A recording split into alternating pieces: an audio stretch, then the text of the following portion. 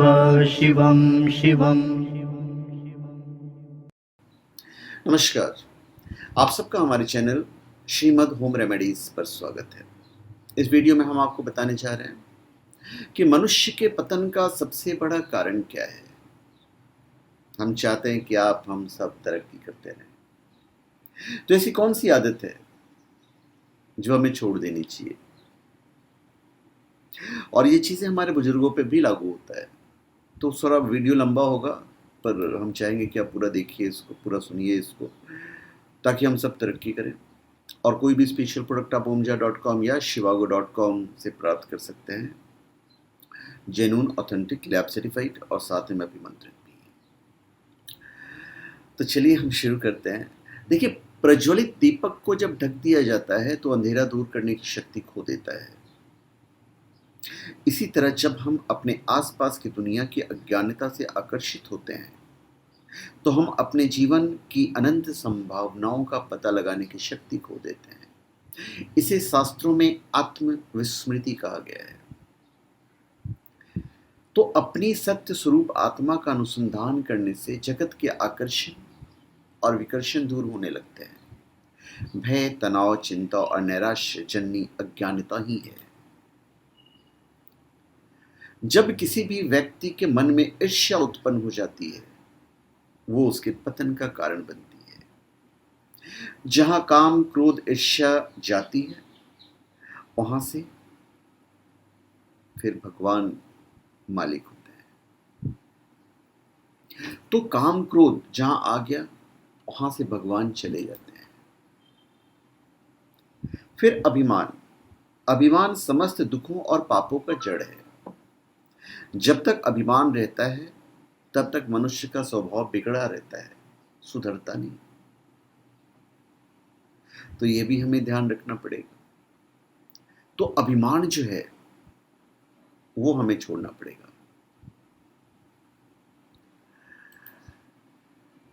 मनुष्य को सदैव अच्छे लोगों के पास बैठना चाहिए, सत्संग में जाना चाहिए और सभी का भला करना चाहिए। कैसे भला करेंगे? बिना किसी को बताए भला करना होता है।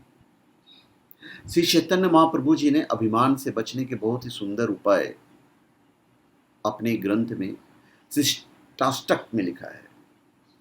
तृण से भी अधिक नम्र होकर, वृक्ष से भी अधिक सहिष्णु बनकर, स्वयं मान की अभिलाषा से रहित होकर तथा दूसरों को मान देते हुए सदा श्री हरि के कीर्तन में रत रहिए, दूर हो जाएगा। अज्ञानिता से दूर रहें आप।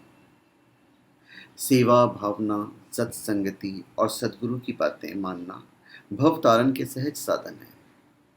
अहंकार ही हमारा सबसे बड़ा शत्रु है। अहंकार जिसके भीतर होता है उसके शरीर से ही पता चल जाता है, उसकी चाल ढाल ही बदल जाती है। मनुष्य भूल जाता है कि जिस पर वो अहंकार कर रहा है वो उसकी पूंजी नहीं है, अभी तो लोगों का विश्वास है। इसलिए अहंकार से बचे, ईर्ष्या से बचे। ईश्वर का हर विधान प्रत्येक जीव के लिए कल्याणकारी है। कामना क्रोध की जननी है, लेकिन यह नहीं भूलें कि जब हम अपेक्षाएं करते हैं तो बहुत छोटे हो जाते हैं। प्राणी समूह में मनुष्य असाधारण शक्ति संपन्न, अतुल्य तेज और दैवीय क्षमता युक्त है।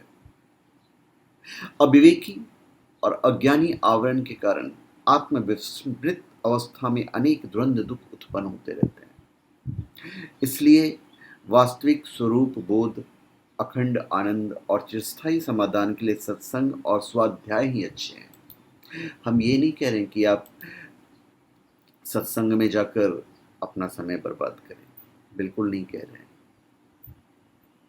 कहीं कोई जाने की आवश्यकता नहीं है, आप सुन सकते हैं। आजकल तो टेक्नोलॉजी है, हर चीज़ें लाइव आती हैं। तो अभिमान जो है वो सबको दुख देता है, आपको भी दुख देगा, दूसरों को भी दुख देगा। आध्यात्मिक व्यक्ति प्रतिकूल परिस्थितियों में भी सहज रहता है। कोई व्यक्ति बात बात में क्रोध करता दिखे तो समझ लीजिए कि हारा हुआ है। मन का स्वभाव है कि वह दूसरों को बदलना चाहता है, स्वयं को नहीं। बड़ों का व्यवहार आदेशात्मक और उपदेशात्मक होना चाहिए, उन्हें धरातल पर खड़ा न करें। बड़े यदि विनय करने लगें तो मान ले कि आपका पतन है।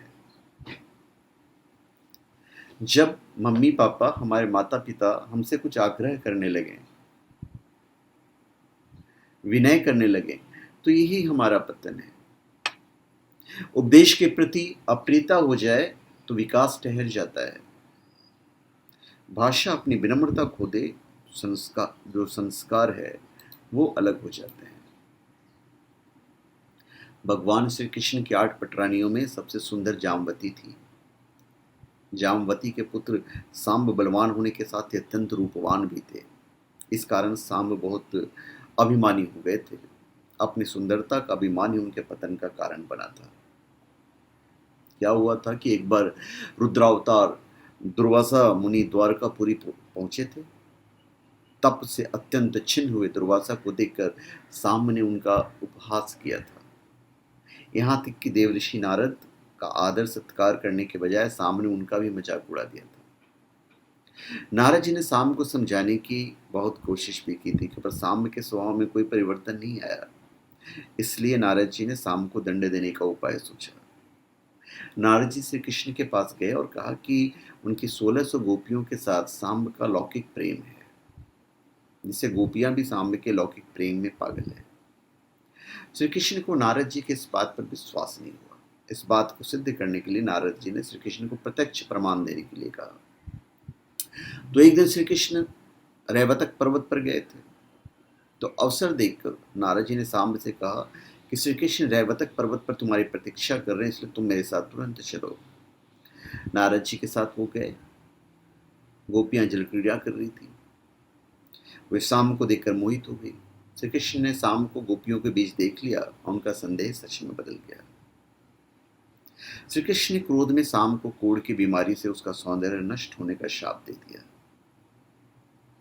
अब इस शाप से मुक्ति के लिए नारद जी ने सांब को मैत्रेय वन में 12 वर्ष तक सूर्य की उपासना करने का आदेश दिया और 12 वर्ष तक तपस्या करते रहे। सूर्यदेव स्वप्न में प्रकट होकर 21 नाम जपने का आदेश दिया और फिर बाद में वर मांगने को भी कहा। सामने पहले वर में भगवान सूर्य में अटूट भक्ति होने का और दूसरे वर में रोग से मुक्ति की प्रार्थना की और वो ठीक हो गए। सूर्यदेव कहे कि जो व्यक्ति मृत्यु लोक में मेरे मंदिर का निर्माण करवाएगा वो सनातन लोकगामी होगा। और फिर दूसरे दिन शाम को चंद्रभागा नदी में स्नान करते समय सूर्य की मूर्ति पानी पे तैरती मिली और मूर्ति की स्थापना की। तो अभिमान जो है आदमी को कहां से कहां पहुंचा देता है। पश्चिमी देशों में सिखाया जाता है कि मैं स्वयं महान हूं, लेकिन हमारी संस्कृति में यह सिखाते हैं कि सब कुछ माता पिता और गुरुजनों की देन है। अज्ञानता दुखों की जननी तो है ही, कभी कभी कर्ता भाव भी दुख का कारण बन जाता है। स्वरूप सिद्धि मनुष्य के लिए बड़ी सिद्धि है, लेकिन इससे भी बड़ी सिद्धि आत्मस्मृति होती है। आत्मस्मृति होना बहुत बड़ी चुनौती है। हम स्वयं के प्रति अज्ञानता के कारण खुद को पहचान नहीं पाते। खुद को ना खोज पाना ही हमारे दुखों का मूल कारण है। जीव स्वयं को तब तक नहीं जान पाता जब तक वह आत्मज्ञान से वंचित है। आत्म तत्व से हम कब परिचित होंगे या आत्मज्ञान हमें कब मिलेगा, ये तभी मिलेगा जब हमें ये पता चल जाए कि उसे किस आधार पर पाया जाता है। तो आपको अभिमान छोड़ना है, ईर्ष्या छोड़ना है।